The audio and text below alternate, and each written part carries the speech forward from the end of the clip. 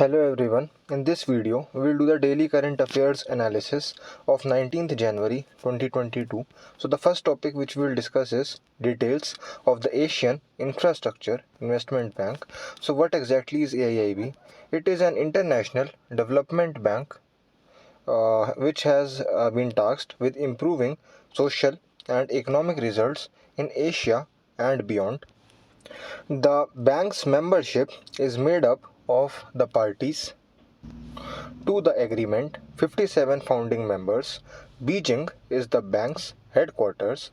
It first opened its doors in January 2016. It seeks to connect people, services, and markets that will influence billions of lives and build a better future by investing in sustainable infrastructure and other productive industries now. Membership: there are now over 100 members. France, Germany, Italy, and the United Kingdom are among the 14 G20 countries that are members of the AIIB. Right to vote: China is the bank's largest stakeholder with 26.61% of voting shares, followed by India, Russia, and Germany. Regional members have 75% of the bank's total voting power. So AIIB organs include Board of Governors, Board of Directors. So source of this news is The Hindu. Next is all about the contempt of court. So what is meant by contempt of court? Contempt of court is a legal term that refers to a violation of a court. Contempt of court refers to a court's ability to preserve its own grandeur and respect. This ability is regulated but not limited by the 1971 Contempt of Courts Act. In the Indian Constitution, the term contempt of court is not defined. The Supreme Court, on the other hand, has the jurisdiction to punish others for contempt under Article 129 of the Constitution. Article 215 of the Constitution grants the High Courts the same authority. The 1971 Contempt of Court Act defines both civil and criminal contempt.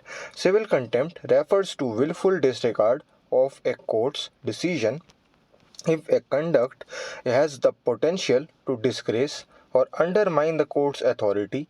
Criminal contempt may be employed. It has a proclivity to hinder the proper administration of any court proceeding. So, laws relating to the contempt of court, fair criticism or fair comment on the merits of a final decision does not constitute contempt according to Section 5 of the Act. However, the judge's judgment of what is fair is left to their discretion. This open-ended interpretation occasionally jeopardizes Article 19's freedom of speech and expression. Natural justice principle violation: judges may appear to be acting in their own best interests, violating natural justice principles and jeopardizing the public faith that the processes are supposed to uphold. So steps to take next: freedom of speech is the most fundamental of the fundamental rights, and any restrictions on it should be kept to a minimum. Under the law of contempt of court, only the limits essential to sustain the legitimacy of judicial institutions can be applied. As a result, regulations and standards describing the method superior courts must follow while conducting criminal contempt proceedings must be drafted, keeping natural justice and fairness principles in mind. So, source of this news is The Hindu. Next is details of the rice cultivation in India. So the required temperature is between 22 and 32 degrees Celsius with a high level of humidity. Rainfall is variable, ranging from 150 to 300 centimeter. Soil type: loamy, clay soil with a lot of clay. West Bengal, greater than Punjab, greater than Uttar Pradesh, greater than Andhra Pradesh, and greater than Bihar are the top rice producing states in the country. It is the primary food crop for the vast majority of Indians. In the states like Assam, West Bengal, and Odisha, paddy is cultivated 3 times a year. Their names are Os, Aman, and Boro. Among the major rice producing countries, India is the world's second largest rice producer after China. Initiatives of the government include the National Food Security Mission, hybrid rice seed production, and Rashtriya Krishi Vikas Yojana are some of the government's rice growing projects. So, source of this news is The Hindu.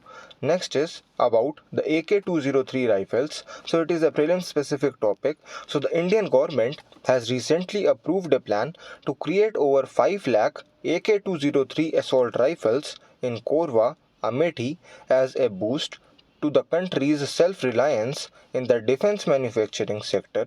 The transaction is valued at rupees 5124 crore. The project will most likely be carried out by Indo-Russian Rifles Private Limited, a special purpose joint venture.